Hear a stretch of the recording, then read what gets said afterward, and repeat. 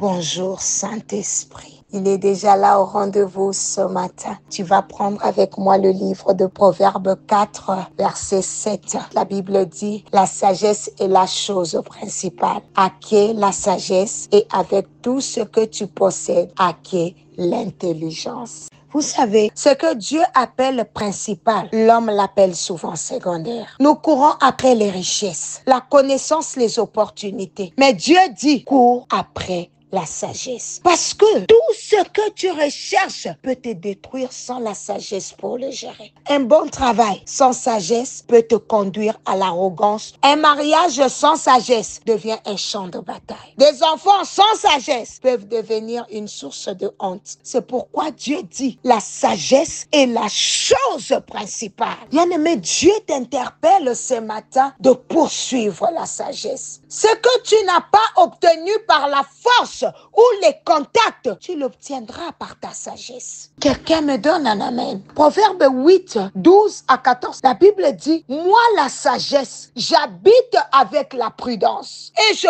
possède la science de la réflexion. La crainte de l'Éternel, c'est la haine du mal. Le conseil et le succès m'appartiennent. Je suis l'intelligence, la force est à moi. La sagesse n'est pas seulement intellectuelle, elle est spirituelle, pratique et puissante. Elle te donne 1. La prudence pour éviter les pièges. 2. Le discernement pour faire le bon choix. 3. Le succès durable car elle instruit sur les bases solides. Bien-aimé, laisse-moi te dire que celui qui marche avec la sagesse possède la force intérieure de résister à l'orgueil, à l'amertume, à la précipitation et aux alliances dangereuses. Tu sais, quand tu réponds à un message dur, la sagesse te dit, réfléchis d'abord. Quand tu dois faire un choix financier, la sagesse te dit, ne dépense pas sous la pression. Quand tu entres dans une relation, la sagesse te dit, observe, prie,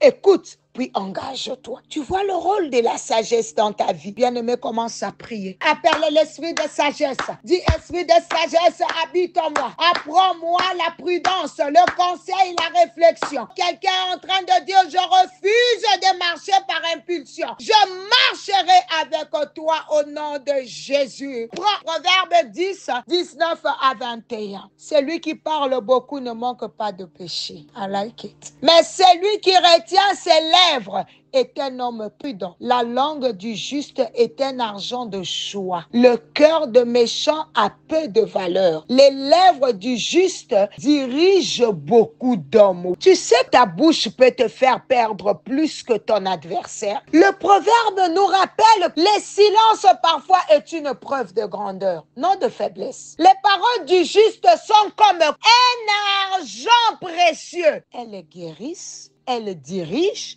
elles construisent. Bien-aimé, évite les paroles inutiles ou blessantes. Choisis des paroles qui inspirent, qui enseignent, qui calment. Apprends à prier avant de parler. Toi, on t'appelle Maman Mounoko. Championne pour blesser les autres. Champion pour blesser le cœur. Surtout dans les moments de tension. Je prie ce matin que le Seigneur purifie ta langue. Que tes paroles soient remplies de sagesse, de vérité et de paix. Que le Seigneur fasse de toi une bouche d'instruction au nom de Jésus. Bien-aimé, en ce nouveau jour, recherche la sagesse plus que l'or au nom de Jésus. Que ta journée soit dirigée par ta prudence. Tes décisions sont inspirées par ton intelligence. Refuse de parler à la légère. Tes paroles seront des semences de paix, de vie, de transformation.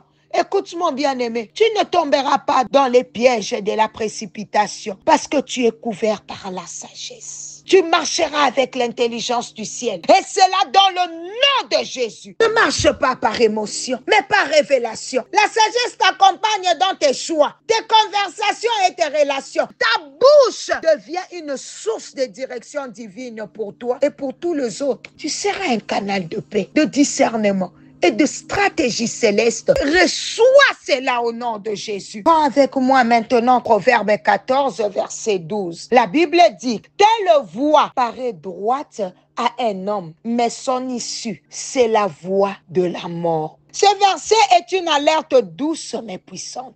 Il nous parle d'une voie qui paraît droite. Cela signifie que tout semble logique, normal, acceptable aux yeux de l'homme. Mais cette voie conduit à la mort. Ce n'est pas la mort physique seulement, c'est aussi la mort spirituelle. Le refroidissement, l'égarement silencieux de l'âme qui, sans s'en rendre compte, s'est éloigné de Dieu. Aujourd'hui, beaucoup de chrétiens suivent des chemins qui semblent bons. Des carrières brillantes, de choix affectifs raisonnables, des engagements raisonnés, mais sans la présence de Dieu, sans sa lumière pour diriger les pas. Même la meilleure idée peut devenir un piège. Il est donc crucial de réévaluer nos voies à la lumière de la parole et de revenir à une vie de prière, de sainteté et de vigilance, car Jésus revient bientôt. Vous savez, le retour du Seigneur est plus proche que jamais. Ce verset nous demande de nous arrêter et de réfléchir. Est-ce que tu marches encore sur le chemin étroit?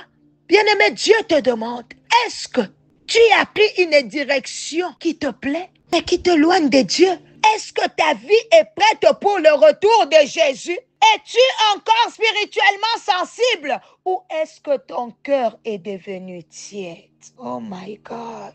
J'aimerais prier avec quelqu'un ce matin. Peut-être que tu n'as jamais reçu le Seigneur Jésus comme ton Seigneur et ton Sauveur. Peut-être même que tu t'es déjà refroidi. Ce matin, le Seigneur aimerait te restaurer spirituellement. Juste répète après moi, dis Seigneur Jésus. Aujourd'hui, je reconnais que j'ai parfois suivi des chemins qui semblaient bons, mais qui m'ont éloigné de toi. Je veux revenir à toi de tout mon cœur. Je reconnais que tu es mort pour moi. Tu es ressuscité et que tu reviens bientôt. Pardonne mes fautes, mes égarements silencieux, mes moments de tiédeur. Donne-moi un cœur nouveau, un cœur qui veille, un cœur qui prie. Bien-aimé, refuse la lourdeur spirituelle, la distraction et l'indifférence. Rallume le feu en moi, Seigneur. Remplis-moi à nouveau de ton esprit. Restaure mon intimité avec toi. Je vais être prêt quand tu reviendras. Je vais t'attendre dans la sagesse, dans la foi et dans la sainteté. Merci pour ta miséricorde. Merci pour ton amour qui me relève aujourd'hui. Au nom puissant de Jésus. Amen. Si tu as fait cette prière, acclame pour le Seigneur. Bien-aimé, ton nom est écrit dans les livres de vie. Laisse-moi te dire, si le Seigneur revenait aujourd'hui, maintenant, tu seras enlevé. Mais garde seulement cette vie de sainteté, car la sanctification